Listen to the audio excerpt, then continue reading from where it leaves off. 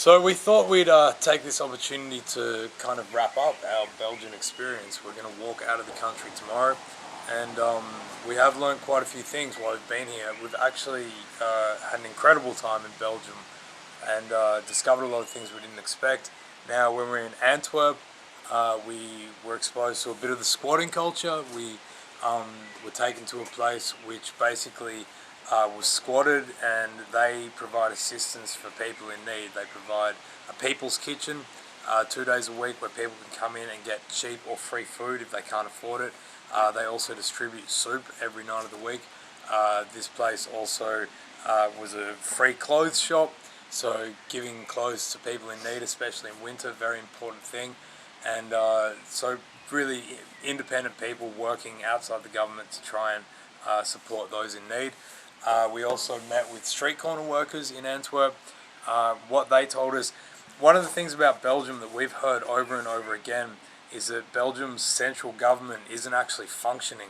They do have a government, but it's so tenuous that no policies or decisions are actually made. So what we've come to realize through what we've been told is that policies are different all across the country. Now, we've only been in 2 cities.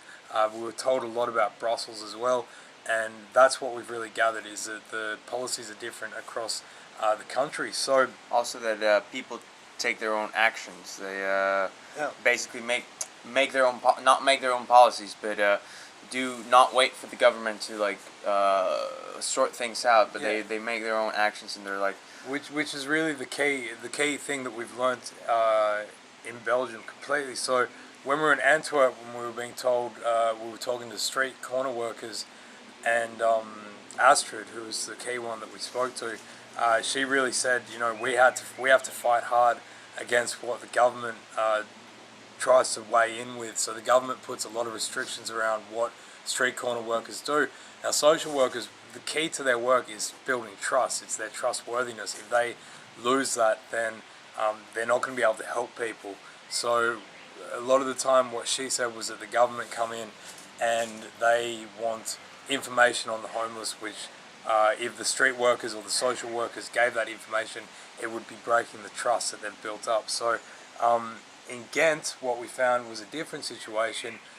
One of the key things we were told is that there's a sense that the authorities, the police, are actually on the side of social workers, so they do try and help.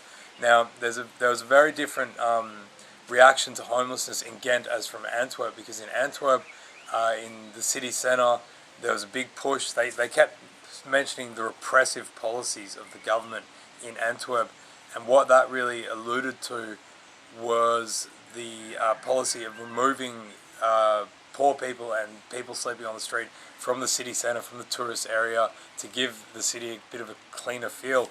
Now in Ghent, Ghent seems to have been kind of it's a bit like the capital for homeless people in Belgium, actually. Yeah, a bit like the people are sent from across Belgium into Ghent. From Brussels and Antwerp, because exactly. The conditions apparently for homeless people in Ghent are pretty good. We also met some street corner workers over there, and they told us that throughout all the shelters in Ghent, most of the time, or at least almost every day, no one gets left out. Only in the winter they have a bit more problems, but even so, they manage to get quite a lot of people inside, and so it does look like it works pretty good in Ghent. But again, getting those shelters in Ghent functioning was the work of independent people, and it took them doing that for the government to actually get on board and get behind them. So that was a really interesting thing, I think, that we found. Also very important is that one of the things that I really want to try and explore is the association people have with homelessness and between homelessness and drug addiction, because it is a big perception across the world, is that homelessness is directly linked to drug addiction. I think Astrid said something really good, which was that not all homeless are drug addicts, but a lot of drug addicts are homeless. And what we learnt in Ghent was that the economic situation, which is affecting the whole planet, is having a large impact on this whole issue of homelessness. And I mean, in Belgium, what we've heard time and again as well is that even Belgians are finding it difficult to find work at the moment in Belgium. And at the same time, with the EU, with the open borders, there are a lot of people coming up from places like Spain and Italy and Greece, but also across from Eastern Europe. Also from North Africa. Yep. Coming through Italy recently. So they're saying it's the age-old thing of people seeking brighter horizons, across, and people are coming into Belgium to do that. So you get a lot of foreigners coming in, and they're trying to find work. The Belgians are finding it difficult. So you've got a lot of people with 3 jobs, and just to pay their rent. It was, I guess, really curious that they also told us that people that, for example, came from North Africa or maybe from Eastern Europe, gypsies and things like that, that they basically came to Belgium and they could not find a job, so they started setting up these like small houses or communal places, things. yeah. So they were basically living in the same conditions as they had been living before, but because they were in Belgium, for them it seemed like there was at least hope that they could go back into the system, while they did not perceive this back in their own country. So even though they were living in the exact same conditions, they were more hopeful that their future would be more probable to change. But the real issue with the economic situation is that with people holding 3 jobs just to get by, especially families, they're losing one job or getting sick.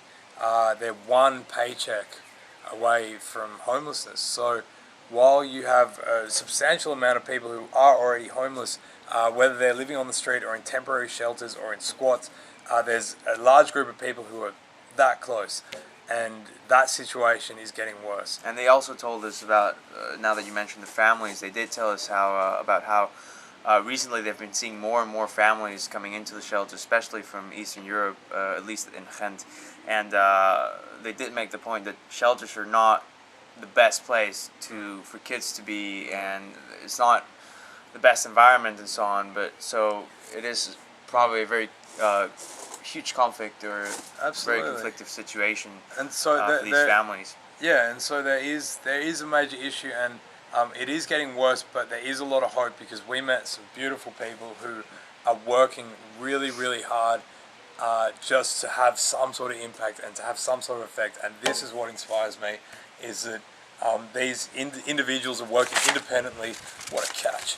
Are working independently to try and have a positive impact on this situation, and these people need support. And I mean, we're in Belgium, but I'm so certain that these situations exist across the whole planet.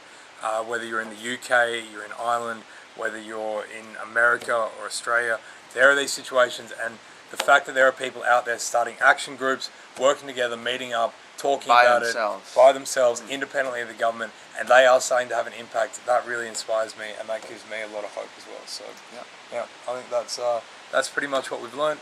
Yeah. Anything else? No. Sounds good. Cool. I'm glad Danny's on camera. He looks a lot better than I do. And yeah, we're going to wander into France tomorrow, and hopefully we'll keep learning things and seeing the same inspiring situations, inspiring people and beautiful people, and just doing good work. So, over and out.